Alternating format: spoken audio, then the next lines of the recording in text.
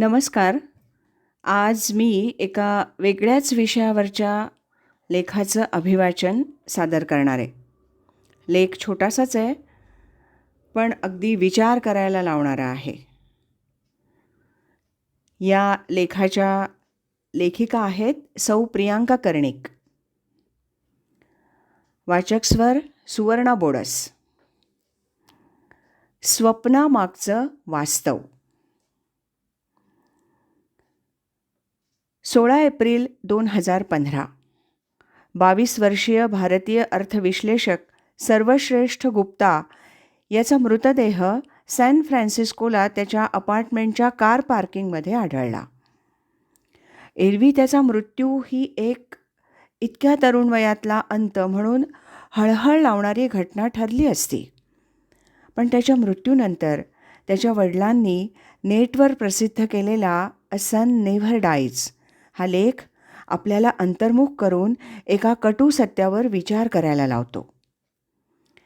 दिल्लीचा सर्वश्रेष्ठ गुप्ता पेनिसिल्व्हेनिया युनिव्हर्सिटीमधून ग्रॅज्युएट होऊन 1 वर्षापासून सॅन फ्रान्सिस्कोच्या ग्लोबल इन्व्हेस्टमेंट बँक गोल्ड सॅकमध्ये अर्थविश्लेषक म्हणून काम करत होता. त्याच्या मृत्यूच्या आधी काही दिवसांपूर्वी त्यांनी वडिलांना लिहिलेल्या पत्रात आपल्याला कंपनीत 20-20 तास काम करत असल्यानं पुरेशी झोपही मिळत नसल्याचं कळवलं होतं. आपल्या मुलाच्या या तक्रारीवर त्याच्या वडिलांनी मुलाला तब्येतीची काळजी घेण्याचा कळकळीचा सल्ला दिला. सर्वश्रेष्ठनी वडिलांच्या या सल्ल्याकडं दुर्लक्ष केलं. आपण तरुण आणि मजबूत असल्याचं सांगून एकंदरीत इन्व्हेस्टमेंट बँकिंग कष्टाचंच काम असल्याचं त्यांनी वडिलांना सांगितलं. पण तरुण सळसळत्या सर्वश्रेष्ठलाही मानवी मर्यादा होत्याच. नंतरच्या काही दिवसातल्या पत्रातून फोन कॉल्सवरून सर्वश्रेष्ठची प्रकृती जास्तच खालावत चालल्याचं त्याच्या वडिलांना लक्षात येत होतं. अतिरेकी कामामुळं तब्येत खालावून घेतलेल्या आपल्या मुलाला त्यांनी पुढे 15 दिवस रजा घेऊन भारतात घरी यायला सांगितलं.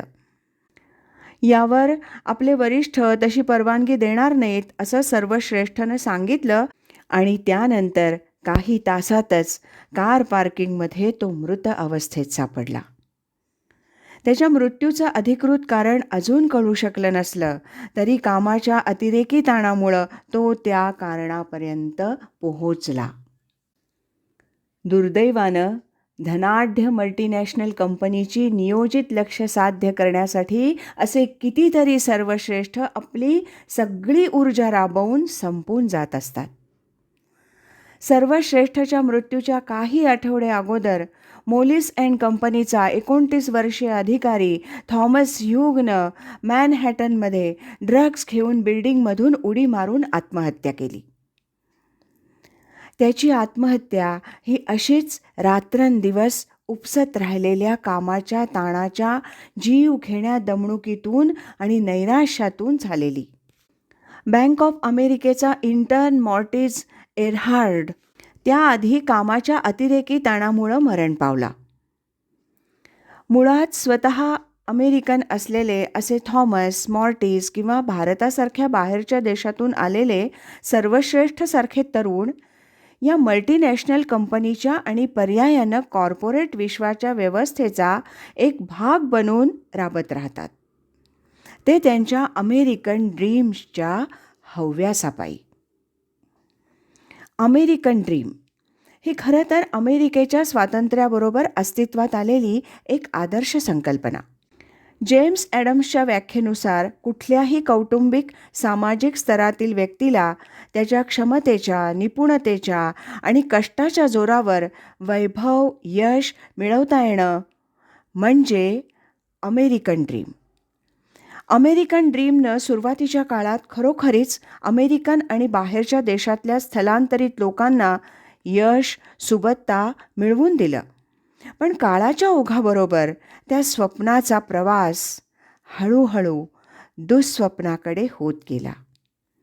वर्षानुवर्ष सातत्यानं वाजवी कष्ट करून हळूहळू यशाच्या पायऱ्या चढणाऱ्यांच्या पुढच्या पिढीला सुबत्ता इन्स्टंट हवी वाटू लागली. पैसे यश मिळवण्याच्या ध्येयाचं राक्षसी महत्त्वाकांक्षेत रूपांतर झालं. ध्यास हव्यास बनला आणि मग मिळालेल्या संपत्तीचा उपभोग घेण्याला वेळ आणि शक्तीच राहीनाशी झाली. गेल्या 2-3 दशकापासून भारतीय युवा पिढी अमेरिकन ड्रीम जगण्याचं स्वप्न बघतीये. नजीकची एखादी आदर्श व्यक्ती किंवा त्याचे पालक त्यांच्या मनात हे स्वप्न जन्माला घालतात. ऑक्टोपससारखं वेडं वाकडं पसरलेलं अमेरिकन ड्रीम हे अलीकडं भारताचंही किंबहुना बहुसंख्य देशांचं ड्रीम मॉडेल झालं आहे. कॉर्पोरेट क्षेत्राच्या अमर्याद नफावाढीच्या उद्देशातून निर्माण झालेल्या व्यवस्थेत या मॉडेल स्वप्नाच्या मागे बेफाट धावणारे बरेच जण पुरते अडकतात. त्यातले काही जण तर सर्वश्रेष्ठसारखे आपला जीवही गमावतात. दिवसेंदिवस गंभीर होत जाणाऱ्या या समस्येवर काही प्रमाणात उपायही चाललेत. अमेरिकेत आणि भारतातही काही ठिकाणी अनेक कंपनीत स्ट्रेस मॅनेजमेंटचं ट्रेनिंग देतात. बऱ्याच कंपन्यातील कर्मचाऱ्यांचा आरोग्य विमा उतरवलेला असतो. पण ही सगळी फक्त त्या समस्येवरची मलमपट्टी झाली. खरी गरज आहे ती समस्येचं मूळ कारण तपासण्याची आणि त्यानिमित्तानं सर्वश्रेष्ठसारख्या हजारो व्यक्तींच्या, त्यांच्या पालकांच्या आणि एकंदर समाजाच्या आत्मपरीक्षणाची. संपत्ती, यश मिळवून देणाऱ्या या स्वप्नाच्या प्रवासाच्या सीमारेषा ठरवून समाधानी जीवन जगायचं की ते स्वप्न वेडं वाकडं ताणून त्यातून निर्माण झालेल्या दाहक वास्तवाचं बळी व्हायचं, हे ठरवणं शेवटी आपल्याच हातात आहे.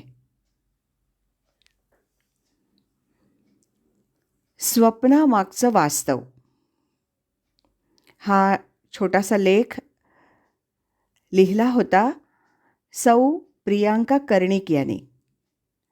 फोन नंबर आहे 9822004451 आणि